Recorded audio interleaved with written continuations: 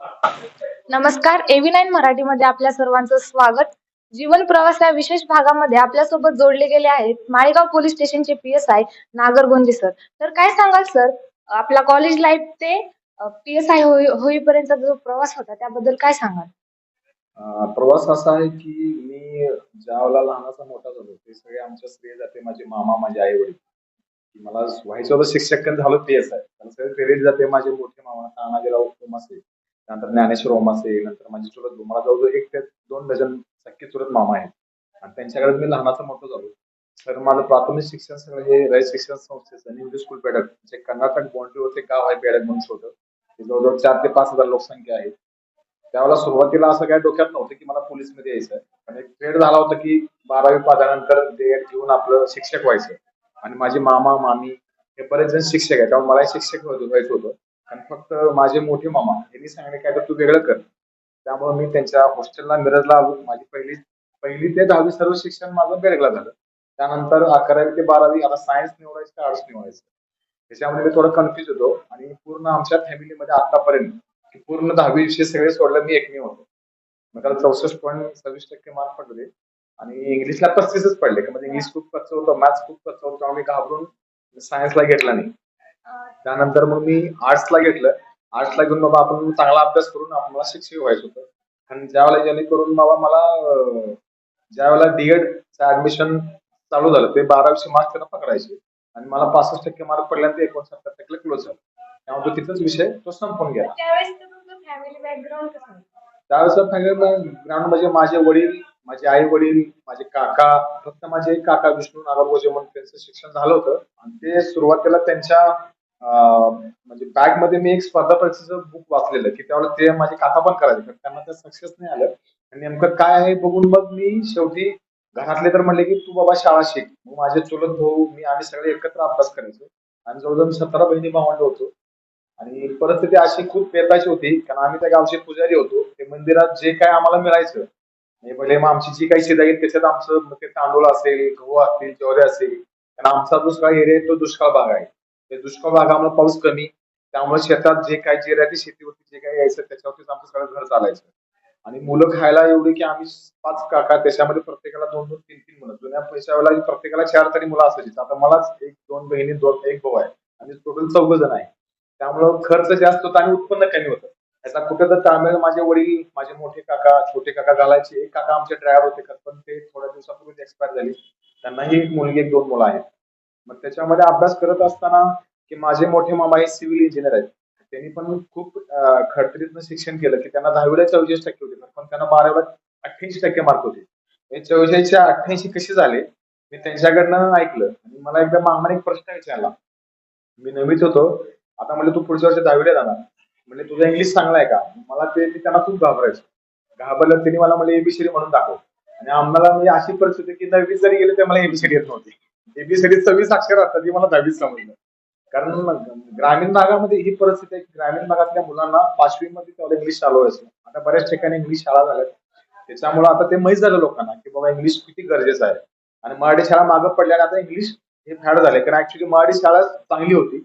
त्यावेळेचे जे शिक्षक आत्मीयतेने शिकवायचे, काय चुकले की घालवायचे, छडीनं मारायचे. ही परिस्थिती आता कमी कमी कमी होत गेलेली आहे.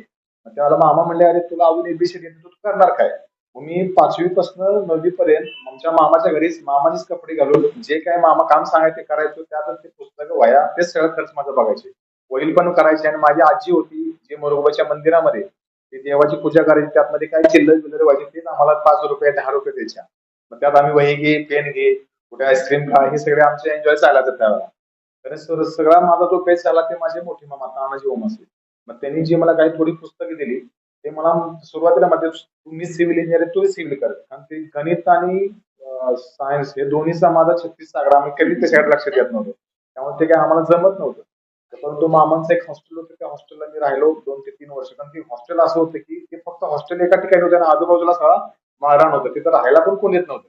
आता 24 रूम मामा म्हणे तू हॉस्टेल घे आणि हे तुझं तू बघ तू भाडं बघ काय बघ तुला काय करायचं का ते तुझं सांभाळ. ते माझ्या बरोबर 1-2-3 मुलं होती पण नंतर नंतर घाबरून ती पण निघून गेली. मग शेवटी मी आमचं ते वॉचमॅन आणि मी दोघंच असायचो. आणि ठरवलं होतं की काहीतरी व्हायचं म्हणून आपण इथं राहायचं आणि इंग्लिशला चांगलं इम्प्रूव्ह करायचं. मग त्यावेळेला मला 12वीला 56 मार्क पडले. मी स्वतः इंग्लिशचा अभ्यास करून. मग तेव्हा मला फाळके सरांचा क्लास होता ब्राह्मणपुरी मिरजमध्ये. तर त्याची फी सुद्धा माझ्या मामानेच भरली. 500,000 जी काही फीज होती ना, आमच्या घरात तेवढी परिस्थिती नव्हती की मी 500,000 रुपये त्यांना देऊ. तर ती परिस्थिती नाही. मग फाळके सर आपलं फडके सरांनी जे आम्हाला इंग्लिश शिकवलं की सुरुवातीला की तुमचं बेसिकच काही नाही. तर आम्ही काय करायचो की नर्सरीचं पुस्तक आणायचो. ते चित्र बघायचं, ते वाक्य वाचायचं, ते वाक्य वाचत चित्र बघायचं, मग त्याच्यावर त्याचा आम्हाला अर्थ समजायचा. असं करत करत करत करत मी स्वतःच इंग्लिश इम्प्रूव्ह केलं, मॅथ्स इम्प्रूव्ह केलं. त्याच्यामध्ये मामाने काय आम्हाला ट्रिक्स दिल्या, त्या सरांनी काय ट्रिक दिल्या. त्यानंतर मामाने मला आता म्हणले तू काय करा, डॉक्टर बापूजी साळुंखे कॉलेजमध्ये एक लायब्ररी होती. त्या लायब्ररीच्या आम्हाला तिथं 500 रुपये वर्षाला 1,000 रुपये भरायचे. तिथलीच पुस्तकं यायची, तिथंच वापरून परत तीच जमा करायची. कारण पुस्तक घ्यायची पण आमची परिस्थिती नव्हती त्यावेळेला. अशा परिस्थितीमध्ये मामाने एका आष्टाला फाळके सरांचा क्लास होता. त्यानंतर एकलव्य म्हणून सांगलीचा क्लास होता. तर त्याला विकली म्हणजे आठवड्यात एकदा तो क्लास भरायचा स्पर्धा परीक्षेचा. मग तिथं ते आम्हाला सर शिकवायचे, तर त्याची पण फी 2,000-3,000 असायची, कारण ती परिस्थिती नव्हती. मग तोही क्लास सोडला आम्ही. त्यानंतर परत फाळके सरांच्या क्लासला होतो, तिथे 9,000 फी होती. मग आम्हाला सुरुवातीला 5,000 भरली आणि मग क्लास केला मी तो. त्यानंतर मी स्वतः केडब्ल्यूसी कॉलेज, कस्तुरबा वाल्सन कॉलेज आहे सांगलीचं, तिथं पोस्ट ग्रॅज्युएशनची मोठी लायब्ररी. त्याच्यामध्ये सर्व पुस्तकं, काही तज्ञ व्याख्याते, तिथे एक सर होते, मला त्यांचं नाव आठवेना आता. मग तिथे जवळ आम्ही 80 मुलांचा ग्रुप होता होती. मग त्यावेळेला त्याच्या आधीचा एक किस्सा असा सांगतो की मी ज्यावेळेला हा अभ्यास करायचो, तर रमेश नागरगोजे म्हणून माझा मित्र होता, की त्याच्या बरोबर मी पण अभ्यास करायचो. तर त्याची जरा परिस्थिती बरी होती म्हणून त्यानं एमजी हॉस्टेल म्हणून एक हॉस्टेल आहे, तिथं आर पाटील जे आपले गृहमंत्री होते तेही राहायचे. त्यांच्या रूमला आम्ही व्हाईट हाऊस नाव दिलं होतं. कारण ते मागासवर्गीय समाजातील व जी एनटी मधली जी मुलं आहेत त्यांच्यासाठी वर्षाला 1,200 रुपये भरायचे आणि खाणं पिणं होतं. तर आम्ही त्या रमेशच्या रूमवरती सकाळी लवकर जायचं आणि रात्री उशिरा जायचं, जेणेकरून त्या वॉचमॅनला कसा तो चकवा द्यायचा, त्या रूम मध्ये जाऊन राहायचं आणि रूम मध्ये राहून सकाळी आवरून तो वॉचमॅन उठायचा, आम्ही बाहेर पडायचो. म्हणजे तिथं किती लोक राहायचे त्या वॉचमॅनला शेवटपर्यंत समजले नाही. ज्यावेळेला आम्ही पोलीसमध्ये झालो, त्याला पेट द्यायला गेलो, मग त्यांना सांगितलं की दादा आम्ही इथेच राहायचो म्हणून, तुमच्यामुळे आम्ही आज पोलीसमध्ये आलो. म्हणजे अशी परिस्थिती. त्यानंतर माझे प्रशांत जगताप म्हणून एक मेडिकल वाले होते. तर त्यांनी सुरुवातीला 13 लाख रुपये घालून त्यांनी तिथं केडब्ल्यूएस कॉलेजला गाळा घेतला. तर आमची अशीच ओळख झाली.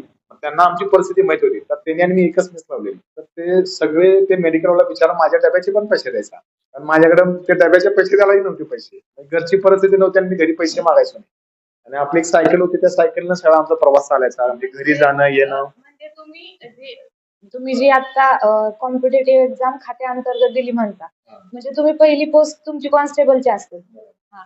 मग कॉन्स्टेबलची पोस्ट आणि PSI हा जो प्रवास आहे, यामध्ये कॉन्स्टेबलचा जो अनुभव आहे तुमचा, तो आणि PSI चा जो अनुभव आहे तो शेअर करा आमच्यासोबत. कसं आहे, कॉन्स्टेबल हे कसं आहे, पोलीस खात्यातला जो बेस असतो, म्हणजे सुरुवातीचं जे पद आहे ते पोलीस शिपाई म्हणतात आपण त्याला, इंग्लिशमध्ये पोलीस कॉन्स्टेबल म्हणतो. तर याच्या दोन्हीमध्ये खूप फरक आहे. आणि पोलीस अधिकारी म्हणल्यावर तुम्हाला तुमच्या हाताखाली कमीत कमी 10 ते 12 अंमलदार असतात. मग त्याच्यावरती API, PI, DYSP आणि एक खूप मोठी जबाबदारी राहते. आणि एक अधिकारी म्हणले समाजाचा बघण्याचा व्ह्यू आपल्याकडे वेगळा असतो. शिपाई, कॉन्स्टेबल किंवा पोलीस शिपाई या पदाची एवढी तितकीशी जबाबदारी नसते. तुम्हाला जे काम सांगायचे तुम्ही ते करायचं आहे. मग ह्याच्यामध्ये मला सुरुवातीला ज्याला पोलीस मध्ये आलो त्यावेळेला मी खूप मोठा झालो असं वाटायचं. पण जसं जसं जसं माझं ट्रेनिंग संपल्यानंतर गेल्यानंतर बाहेरची जी परिस्थिती, की बाबा आपल्याला फक्त जे काम सांगाल तेच करायचं आणि त्याच्याबद्दल तुम्हाला काही अधिकार नाही. आणि ज्यावेळेला अधिकारी झालो तर तुम्हाला काम करून घ्यायचंय. तुम्ही किती चांगल्या पद्धतीने एखादी लॉ अँड ऑर्डरची परिस्थिती, एखादा लेडीजचा मॅटर असेल, एखादा पॉलिटिक्सचा मॅटर असेल, एखादा पत्रकार असेल, कुठलीही राजकीय संघटना असेल, त्याला तुम्ही टॅकल करून त्यातनं कसा मार्क काढता आणि लॉ अँड ऑर्डर इश्यू न करता आपल्या वरिष्ठापर्यंत आपली कुठलाही विषय न जाता तर त्याच्यामध्ये कसा मार्क काढता, हे खूप मोठं स्किल अधिकाऱ्यावर खूप मोठी जबाबदारी राहते. आणि आपलं पोलीस खातं जे चालतं ते सगळं, ते फर्स्ट अधिकारी कोण आहे तर ते पोलीस सब इन्स्पेक्टर आहे. त्याच्यामुळं त्याच्यावरती खूप मोठी जबाबदारी आहे. आणि ती जबाबदारी पेलवत असताना आतापर्यंत जो माझा अनुभव आहे, की सुरुवातीला माझं MPA मधलं ट्रेनिंग झालं 12 ते 13 महिन्याचं. त्याच्यानंतर माझी पोस्टिंग झाली कोल्हापूर परिक्षेत्र कोल्हापूरला. त्याच्यामध्ये मला कोल्हापूर जिल्हा मिळाला. माझं फर्स्ट पोस्टिंग होतं हुपरी पोलीस स्टेशन. तिथे मी प्रोबेशनरी होतो. तर ते हुपरी पोलीस स्टेशन हे महाराष्ट्रातलं एक असं आणि कोल्हापूर जिल्हा एक असं सेन्सिटिव्ह पोलीस स्टेशन आहे. तिथं 7च गाव आहेत, पण 7 गावामध्ये कास्टिझम हा प्रकार खूप चालतो.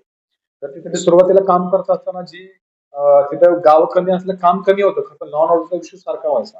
मग मी काय केलं की ग्रामीण भागातली जी मुलं असतात, तर मी जिमला जायचो. मला व्यायामाची आधीपासून आवड आहे. तर मी जिमला जायचो. ग्रामीण भागातली जी मुलं ज्यांना की नेमकं बाबा अभ्यास कसा करायचा हे माहित नाही, तर मी स्वतःच त्या जिम मध्ये लोकांशी कनेक्ट झालो. त्यांचे ग्रुप बनवले. त्याच्यानंतर मग त्यांना अभ्यास कसा करायचा, काय करायचं, तसं करत करत मी 2 ते 3 ती पोलीस भरती त्यांना अभ्यास करून ते आता पोलीस खात्यात आहेत. की ती बाबा मी सांगितल्यामुळे किंवा त्यांच्या प्रयत्नामुळे मी फक्त त्यांना गाईड केलं. ती मुलं माझ्या रूमवर पण अभ्यास करायला यायची. असं करत करत करत आम्ही शेवटी प्रोबेशनरी झाल्यानंतर माझी गडिंग्लजला पोस्टिंग झाली. तिथे 6 ते 7 महिने मी काम केलं. तिथे पण काही कर्नाटक बाउंड्री असल्यामुळं खूप चोरीचे गुन्हे घडायचे. तर तिथे औदुंबर पाटील साहेब मला पीए होते. त्यांनी खूप सपोर्ट केला. सर तुम्ही आता चोरीचा जो गुन्हा बोललात त्याबद्दल मग तुम्हाला एक प्रश्न करायचा आहे. तुम्ही एखादा असा अविस्मरणीय जो तपास म्हणतो आपण तो शेअर करा. तर त्याच्यामध्ये एक असा होता, मी आता नाव कोणाच घेत नाही कारण तो विषय कनेक्टेड आहे पॉलिटिकल. एक गडिंग्लजमध्ये एक नगरसेवकाची बहीण होती चांगली. तर तिच्या घरी एक कुटुंब आलं होतं राहायला. मी कर्नाटकमध्ये आणलं होतं. तर ते कुटुंब आलं, त्यांनी 60,000 रुपयाला ते वार्षिक ठरवलं. खरं पण त्यांना ते जमलं नाही. मग त्यांनी 10 ते 15,000 रुपये का ते 60,000 रुपये घेतले आणि ते एका रात्रीत गायब झाले. तर एका रात्रीत गायब झाल्यानंतर आम्हाला दुसऱ्या दिवशी फोन आला. मी डिटेक्शन ब्रांचला असल्यामुळे औदुंबरपाटील साहेब मला म्हणले, "जा पटकन असं असं झालं." तिथं चोरी झाली असा प्रकार झाला की 6-7 तोळं सोनं आणि काही 60,000 कॅश गेली म्हणून ते आम्हाला तक्रार आली. तक्रार आल्यानंतर आम्ही फर्स्ट की तक्रार गेले त्यात आम्ही संकेश्वर, नंतर तिकडं कुडची, हे बरेच अशी काही गाव आहेत कर्नाटकातली. आता मला त्या एरियामध्ये आम्ही ते चालू केलं तपासाला. तपास केल्यावर त्यांना एक आंबेडकर नगर म्हणून होतं. त्या आंबेडकर नगरमध्ये गेलो. ती बाई तिथं होती. आता ती लेडीज होती, मी लेडीज कॉन्स्टेबल नेली नव्हती. तरी पण त्या लेडीजला काहीतरी बोलून तिथल्या सरपंचांना बोलून आम्ही तिला ताब्यात घेतलं. ताब्यात घेऊन तिचा नवराही ताब्यात घेतला. तिला आणलं. तिला आणल्यानंतर आता ही लेडीज आहे म्हणून आम्ही कोर्टाला कळवलं. कोर्टाला कळवून आम्ही त्याला अरेस्ट केलं. त्यानंतर तिला बरेच वेळेला आम्ही प्रश्न विचारला. आमच्या लेडीज कॉन्स्टेबल तिला आम्ही पोलिसी खाक्या पण दाखवला. ती म्हणली की भंगार घेतलं नाही, भंगार घेतलं नाही. भंगार म्हणजे सोन्याला कन्नडमध्ये भंगार म्हणतात. हे मला त्यावेळेला माहिती झालं. तर विषय असा होता की ज्यावेळेला हा तपास करत असताना की एक मोठ्या फॅमिली मधला फोन आला. बाबा तो नगरसेवक फॅमिली आहे, त्याच्यात त्यांच्याकडे एवढं सोने गेले आणि ते आपण गरिबांना आपण लक्ष दिलं. तर ह्यात कधी कधी असं होतं की उलटा तपास करावा लागतो आम्हाला. मग ज्यावेळेला आम्ही तपासात घेतल्यानंतर आरोपी आणले, सगळं झालं. त्यांच्या घरातल्या काही लोकांना आम्ही स्टेटमेंटला बोलवलं. तर प्रत्येकाचं स्टेटमेंट वेगवेगळे आलं. तर त्यांच्यातलाच एक सुदृढ झाडाखालचा वकील होता. त्याने ही स्टोरी बनवली. ऍक्च्युअली स्टोरीच झाली नव्हती. म्हणजे हे एक मला जे असं पटलं की याला आपण कधी कधी काम करत असताना एवढं पण त्याला की खात्री करायला पाहिजे बाबा खरंच चोरी झाली. तर त्यांनी एवढ्या पॉलिटिकल काही गोष्टी होत्या की ते खूप चांगलं करत जुना नगरसेवक आणि तिथला गडिंगज मला चांगला व्यक्ती होता. त्यांनी सुद्धा 60,000 रुपयासाठी 7 ते 8 तोळे सोनं चोरी गेला, असा चोरीचा बनाव केला. ती चोरी आम्ही डिटेक्ट केली आणि त्याच्यात मी खोटा गुन्हा दाखल केला म्हणून त्याच्यामध्ये फाईन पाठवून दिलं होतं. हा एक माझा एक चांगला तिथला अनुभव आला होता. आणि आणि त्याच्यामध्ये सपोर्ट मला त्यावेळेस तत्कालीन पोलीस निरीक्षक ते औदुंबर पाटील साहेब त्यांनी खूप चांगलं मला गाईड केलं होतं. त्याच्यानंतर माझी बदली गोकुळश्री गावला झाली. तिथे पण 400-200 गुन्हे भरपूर होते. एमआयडीसी म्हणले की फसवेगिरी आलीच. घर पुढे आली. तर त्याचं पण चांगलं काम केलं. त्यानंतर राजवाड्याला आलो. महालक्ष्मी मंदिराची तिथे 2.5 वर्ष. त्यात कोरोनाचं चालू होतं त्याच्यात 2020 ला. तर त्याच्या आधी पण तिथे आम्ही कराडचे राऊत रथसाला शिकवायला ज्यानं फायर केलं होतं.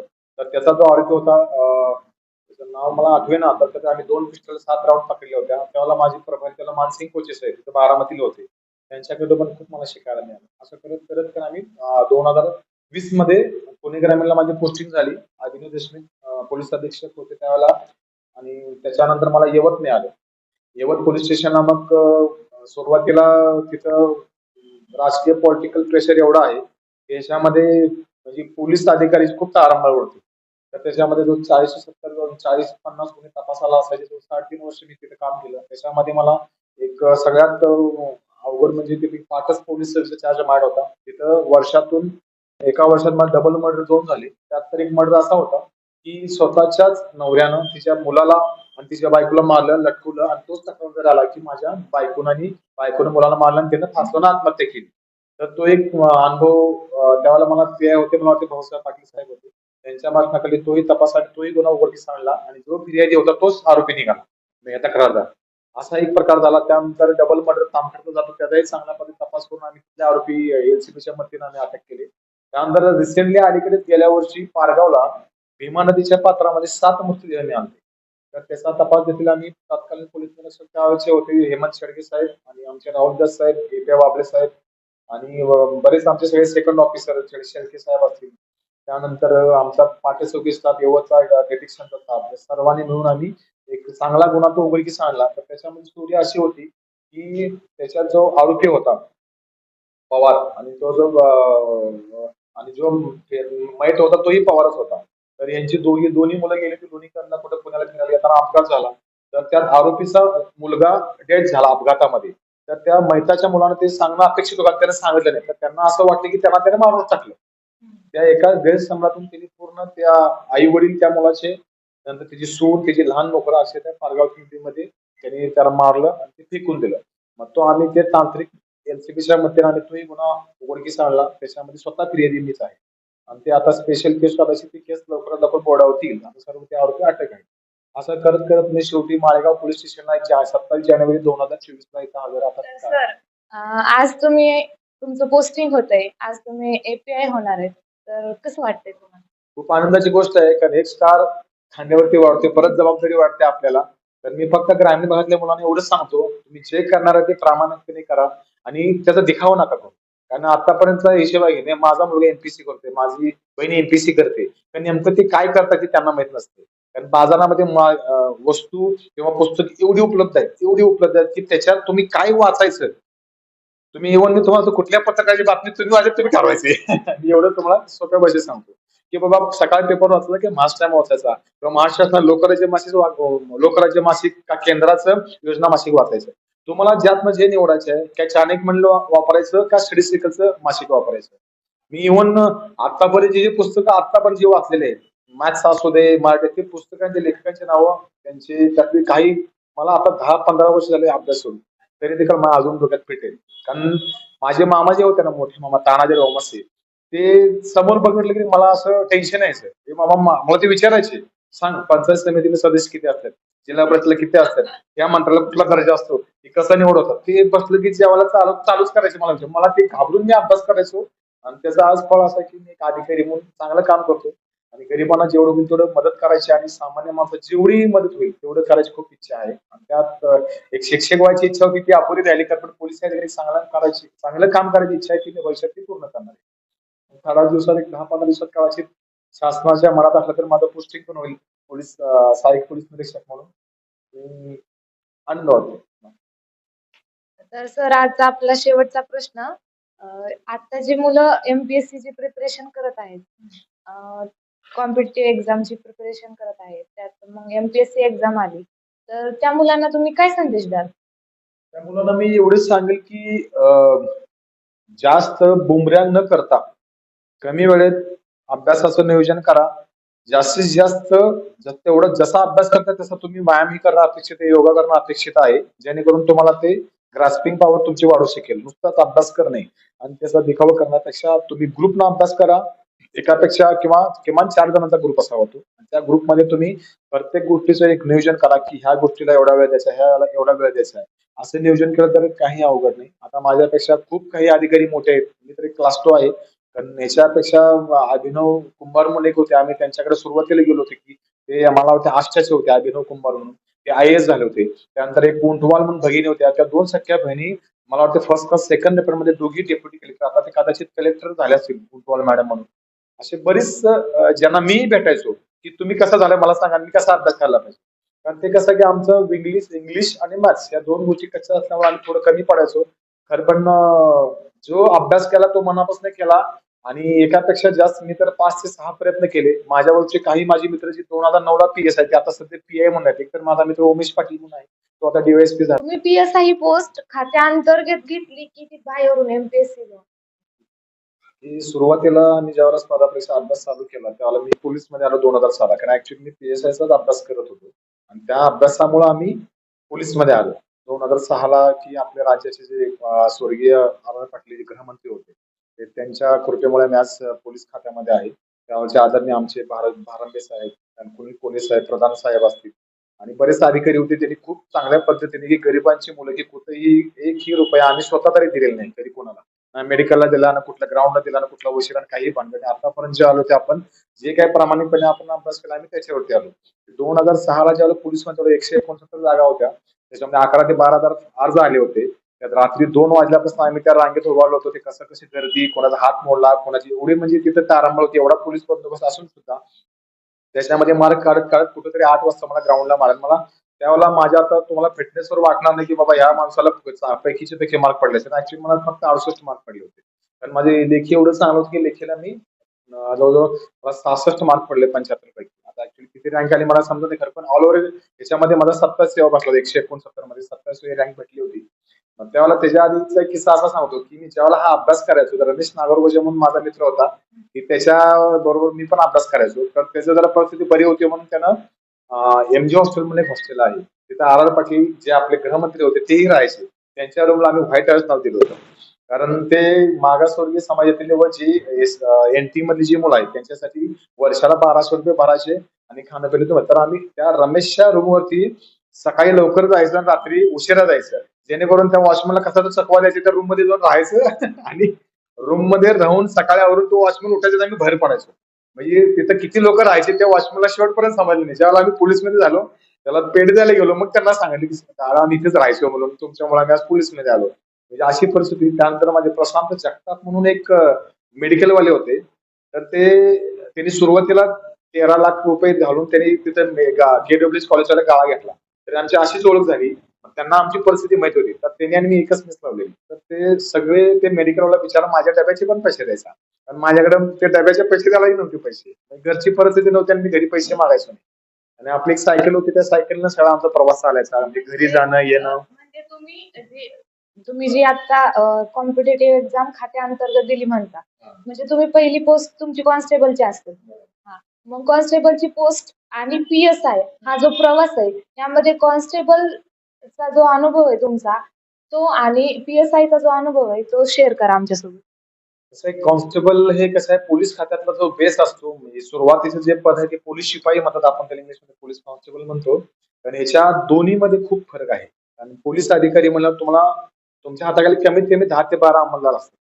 मग त्याच्यावरती API, PI, DYSP आणि एक खूप मोठी जबाबदारी राहते. आणि एक अधिकारी म्हणले समाजाचा बघण्याचा व्ह्यू आपल्याकडे वेगळा असतो. शिपाई, कॉन्स्टेबल किंवा पोलीस शिपाई या पदाची एवढी तितकीशी जबाबदारी नसते. तुम्हाला जे काम सांगायचे तुम्ही ते करायचं आहे. आणि ह्याच्यामध्ये मला सुरुवातीला ज्यावेळेला पोलीसमध्ये आलो त्यावेळेला मी खूप मोठा झालो असं वाटायचं.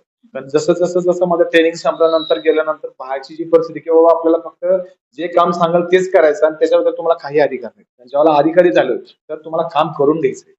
तुम्ही किती चांगल्या पद्धतीने एखादी लॉ अँड ऑर्डरची परिस्थिती, एखादा लेडीजचा मॅटर असेल, एखादा पॉलिटिक्सचा मॅटर असेल, एखादा पत्रकार असेल, कुठलीही राजकीय संघटना असेल, त्याला तुम्ही टॅकल करून त्यातनं कसा मार्क काढता आणि लॉ अँड ऑर्डर इश्यू न करता आपल्या वरिष्ठापर्यंत आपली कुठलाही विषय न जाता तर त्याच्यामध्ये कसा मार्क काढता, हे खूप मोठं स्किल अधिकाऱ्यावर खूप मोठी जबाबदारी राहते. आणि आपलं पोलीस खातं जे चालतं ते सगळं, ते फर्स्ट अधिकारी कोण आहे तर ते पोलीस सब इन्स्पेक्टर आहे. त्याच्यामुळं त्याच्यावरती खूप मोठी जबाबदारी आहे.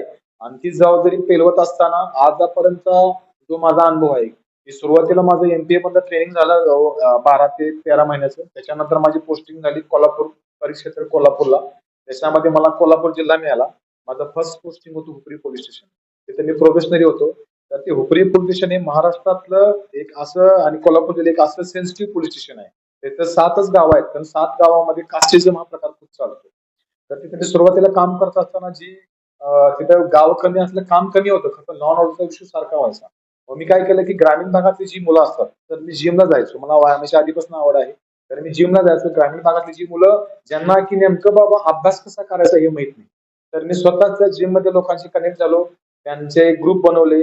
त्याच्यानंतर मग त्यांना अभ्यास कसा करायचा, काय करायचं, तसं करत करत मी 2 ते 3 मुलं ती पोलीस भरती त्यांना अभ्यास करून ते आता पोलीस खात्यात आहेत. की ती बाबा मी सांगितल्यामुळे किंवा त्यांच्या प्रयत्नामुळे मी फक्त त्यांना गाईड केलं. ती मुलं माझ्या रूमवर पण अभ्यास करायला यायची.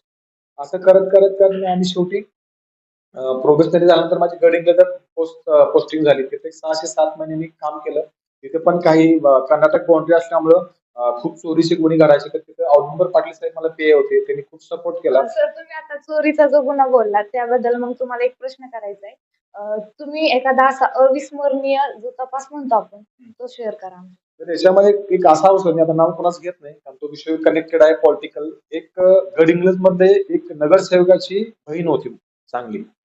तर तिच्या घरी एक कुटुंब आलं होतं राहायला. मी कर्नाटकमध्ये आणलं होतं. तर ते कुटुंब आलं, त्यांनी 60,000 रुपयाला ते वार्षिक ठरवलं. खरं पण त्यांना ते जमलं नाही. मग त्यांनी 10 ते 15 हजार रुपये, काय 60,000 रुपये घेतले आणि ते एका रात्रीत गायब झाले. तर एका रात्रीत गायब झाल्यानंतर आम्हाला दुसऱ्या दिवशी फोन आला. मी डिटेक्शन ब्रांचला असल्यामुळे औदुंबरला साहेब मला म्हणले, "जा पटकन असं असं झालं." तिथं चोरी झाली असा प्रकार झाला, की 6-7 तोळं सोनं आणि काही 60,000 कॅश गेली म्हणून ते आम्हाला तक्रार आली. तक्रारल्यानंतर आम्ही फर्स्ट की तक्रार दिल्या त्यात कारण आम्ही संकेश्वर नंतर तिकडं कुडची हे बरेच अशी काही गावं करण्यात घेतली. आता मला त्या एरियामध्ये आम्ही ते चालू केलं तपासाला. तपास केल्यावर त्यांना एक आंबेडकर नगर म्हणून होतं. त्या आंबेडकर नगरमध्ये गेलो. ती बाई तिथं होती. आता ती लेडीज होती. मी लेडीज कॉन्स्टेबल नेली नव्हती. तरी पण त्या लेडीजला काहीतरी बोलून तिथल्या सरपंचांना बोलून आम्ही तिला ताब्यात घेतलं. ताब्यात घेऊन तिचा नवराही ताब्यात घेतला. तिला आणलं. तिला आणल्यानंतर आता ही लेडीज आहे म्हणून आम्ही कोर्टाला कळवलं. कोर्टाला कळवून आम्ही त्याला अरेस्ट केलं. त्यानंतर तिला बरेच वेळेला आम्ही प्रश्न विचारला. आमच्या लेडीज कॉन्स्टेबल तिला आम्ही पोलिसी खाक्या पण दाखवला. ती म्हणली की भंगार घेतलं नाही, भंगार घेतलं नाही. भंगार म्हणजे सोन्याला कन्नडमध्ये भंगार म्हणतात. हे मला त्यावेळेला माहिती झालं. तर विषय असा होता की ज्यावेळेला हा तपास करत असताना की एक मोठ्या फॅमिली मधला फोन आला. बाबा तो नगरसेवक फॅमिली आहे. तर तुम्हाला सोप्या भाषेत सांगतो की बाबा सकाळी पेपर वाचला की महाराष्ट्र टाइम वाचायचा किंवा महाराष्ट्रातलं लोकराज्य मासिक का केंद्राचं योजना मासिक वाचायचं. तुम्हाला ज्यातनं जे निवडायचं आहे काय चाणक्य म्हणलं वापरायचं का स्टडी सर्कलचं मासिक वापरायचं. मी इव्हन आतापर्यंत जे पुस्तकं आतापर्यंत जे वाचलेले आहेत मॅथ्स असू दे मराठीतील पुस्तकांचे लेखकांची नावं त्यांची त्यातली काही मला आता 10-15 वर्ष झाले अभ्यास करून तरी देखील मला अजून डोक्यात फिट आहे. कारण माझे मामा जे होते ना मोठे मामा तानाजी मामासे ते समोर बघितलं की मला असं टेन्शन यायचं. ते मामा मला ते विचारायचे सांग पंचायत समितीने सदस्य किती असतात, जिल्हा परिषदला किती असतात, या मंत्र्याला कुठला दर्जा असतो, हे कसं निवड होतात. ते बसलं की ज्यावेळेला चालूच करायचे मला ते घाबरून मी अभ्यास करायचो. आणि त्याचा आज फळ असा की मी एक अधिकारी म्हणून चांगलं काम करतो आणि गरिबांना जेवढं होईल तेवढं मदत करायची आणि सामान्य माणसाची जेवढी मदत होईल तेवढं करायची खूप इच्छा आहे. आणि त्यात एक शिक्षक व्हायची इच्छा होती ती अपुरी राहिली कारण पोलीस अधिकारी चांगलं काम करायची इच्छा आहे ती भविष्यात ती पूर्ण करणार आहे. थोड्या दिवसात एक 10-15 दिवसात कदाचित शासनाच्या मनात असलं तर माझं पोस्टिंग पण होईल पोलीस सहाय्यक पोलीस निरीक्षक म्हणून. मी आनंद वाटतो. तर सर आजचा आपला शेवटचा प्रश्न. आता जी मुलं एमपीएससी ची प्रिपरेशन करत आहेत, कॉम्पिटिटिव्ह एक्झामची प्रिपरेशन करत आहेत, त्यात मग एमपीएससी एक्झाम आली, तर त्या मुलांना तुम्ही काय संदेश द्याल? त्या मुलांना मी एवढंच सांगेल की जास्त बुमऱ्या न करता कमी वेळेत अभ्यासाचं नियोजन करा. जास्तीत जास्त तेवढं जसा अभ्यास करता तसा तुम्ही व्यायामही करणं अपेक्षित आहे, योगा करणं अपेक्षित आहे. जेणेकरून तुम्हाला ते ग्रास्पिंग पॉवर तुमची वाढू शकेल. नुसताच अभ्यास करणे आणि त्याचा दिखावा करण्यापेक्षा तुम्ही ग्रुपनं अभ्यास करा. एकापेक्षा किंवा किमान 4 जणांचा ग्रुप असावा तो. त्या ग्रुपमध्ये तुम्ही प्रत्येक गोष्टीचं एक नियोजन करा की ह्या गोष्टीला एवढा वेळ द्यायचा, ह्याला एवढा वेळ द्यायचा आहे. असं नियोजन केलं तर काही अवघड नाही. आता माझ्यापेक्षा खूप काही अधिकारी मोठे आहेत. मी तरी क्लास 2 आहे. कारण याच्यापेक्षा अभिनव कुंभार म्हणून एक होते. आम्ही त्यांच्याकडे सुरुवातीला गेलो होतो की ते मला वाटते आष्टाचे होते अभिनव कुंभार म्हणून. ते IAS झाले होते. त्यानंतर एक कुंठवाल म्हणून भगिनी होत्या. त्या 2 सख्ख्या बहिणी मला वाटतं फर्स्ट क्लास सेकंड पेपरमध्ये दोघी डेप्युटी कलेक्टर आता ते कदाचित कलेक्टर झाले असतील कुंठवाल मॅडम म्हणून. असे बरीच ज्यांना मी भेटायचो की तुम्ही कसं झालं मला सांगा मी कसा अभ्यास करायला पाहिजे. कारण ते कसं की आमचं इंग्लिश आणि मॅथ्स या 2 गोष्टी कशा असल्यामुळे आम्ही थोडं कमी पडायचो. खरं पण जो अभ्यास केला तो मनापासून केला आणि एकापेक्षा जास्त मी तर 5 ते 6 प्रयत्न केले. माझ्यावरचे काही माझे मित्र जे 2009ला PS आहेत ते आता सध्या PI म्हणून आहेत. एक तर माझा मित्र उमेश पाटील म्हणून आहे. तो आता DYSP झालाय. तर मी अजून आता API होते. कारण काही गोष्टी ज्या असतात तुम्ही प्रयत्न केल्यानंतर तुम्हाला ती योग्य वेळ आणि तुमचं नशीब थोडी तुमची साथ पाहिजे त्याच वेळेला तुम्हाला ते मिळू शकतं. सर आता तुम्ही एमपीएससी एक्झाम बोललात आता. तर कॉम्पिटिशन वाढलंय. तुम्हाला पण माहिती आहे कॉम्पिटिशन वाढलंय. तर काय सांगाल? अगोदर तुमच्या काळात जे कॉम्पिटिशन होतं आणि आता त्यामध्ये पॉलिटिक्स. कॉम्पिटिशन वाढले हे मान्य आहे. तर पण नोकरीची प्रत्येकाला सरकारी अधिकारी व्हायची इच्छा असते कारण ते सगळेजण काही होत नाही. पण जो मनापासून करतो व्यवस्थित प्लॅन करतो तो 100% सक्सेस होतो. आणि एमपीएससी अशी आहे की आज मी एक्झाम अभ्यास केला आणि लगेच पुढच्या वर्षी मी अधिकारी होणार असं कधीच होत नाही. कारण माझा एक मित्र मनोज देसाई म्हणत होता तो बिचार वैतागून लग्न केलं. मग ते लग्न झाल्यानंतर तो बिचारा वयाच्या 33व्या वर्षी तो मुख्य अधिकारी म्हणून झाला. आता तो क्लास 1 आहे. म्हणजे माझ्यावर जे ग्रुपमध्ये मुलं होती ना ती मुलं सगळी अशीच होती की कुणाला हे पुस्तक नाही. मग आम्ही काय करायचो की तू हे घे तू हे घे. काही लायब्ररीत मिळायची. प्रत्येकाने पेपर कुठला घ्यायचा हे सुद्धा ठरवलं होतं की आज तू हा पेपर घे आम्ही हा पेपर घ्यायचो. म्हणजे लोकसत्ता कोणी घ्यायचा मटा कोणी घ्यायचा तर आमच्या इंडिया कोणी घ्यायचा. असं करत करत आम्ही ग्रुपिंगनं म्हणजे प्रत्येकानं त्याचे ते नोट्स काढायच्या. तू त्याला शेअर करणार तू हे याला शेअर करणार. त्याच्यामुळे तुमचं ग्रुपिंग चांगलं व्हायचं आणि तुमचं ज्ञान वाढायचं. आणि एक्झामला 2 मार्काचा फरक असेल प्रत्येकाला की सगळ्यांना सारखेच मार्क पडायचे. कारण सगळ्यांचं मटेरियल सेम होतं आणि त्यातलं पण काय जे सायन्स आणि मॅथ्स त्याचा चांगला आहे तो आमचा पुढे 10 मार्काने कायम ठरलेला असायचा. मग आम्ही जो अभ्यास आम्ही कमी आहे तो जास्त करायचो. आणि इव्हन तर आम्ही असं गाढवागत म्हटलं तर हरकत नाही. आम्ही त्या एडब्ल्यूसी कॉलेजला एक 19 नंबरचा वर्ग होता की त्या कॉलेजने आम्हाला दत्तक दिला होता तो वर्ग. आम्ही कधी दिवसा रात्री आम्ही पहाटेचे 4 पर्यंत सुद्धा आम्ही अक्षरशः 4 वाजता पोहे खायला जातो एसटी स्टँडला. काय 5-10 रुपये असायचे आमच्याकडे. आम्ही जाऊन 4 वाजता खायचो आणि परत रूमवर जायचं, अंघोळ करायची आणि परत यायचो. ती नशा होती, नशा अभ्यासाची. आणि कदाचित तेवढा अभ्यास आम्ही कलेक्टर व्हायला होतं. कारण आमचं जे ग्रास्पिंग पॉवर आणि ग्रामीण भागातला जो मुलांचा अभ्यास करायचा जो आवड आहे तो कमी असल्यामुळं कदाचित स्पोर्ट्सचं पण नॉलेज मिळालं. कदाचित आम्ही स्पोर्ट्समध्ये पण असतो. कारण त्या वर्गात तेवढं ग्रिपिंग आणि तो जे माहोल होता तो आमच्याकडे नव्हता. बस तुमच्याकडे फिटनेसच्या सगळ्या करतात. तुम्हाला जर एखादा गुरुच कोण मिळाला आणि सांगणारा तर तुम्ही काहीच करू शकत तर सर आपला आजचा शेवटचा प्रश्न आहे, AV9 मराठी सोबत संवाद साधून तुम्हाला कसं वाटलं? युनायन मराठीनं म्हणजे माझ्या पूर्ण 18 वर्षाच्या माझ्या आयुष्यातला फर्स्टच हा इंटरव्ह्यू आहे आणि त्यांनी माझ्यासाठी एवढं केलं त्यामुळे मी त्यांचं मनापासून खूप खूप धन्यवाद. भविष्यात त्यांनी असंच जे काय कोणी अधिकारी असतील किंवा एखादा विद्यार्थी घडला असेल तर त्याचा असाच एखादा इंटरव्ह्यू घ्यावा आणि समाजापुढे मांडावा जेणेकरून त्या समाजातील लोकांना त्यातून त्याला स्फूर्ती मिळेल. थँक्यू. Thank you sir. धन्यवाद AV9 मराठी.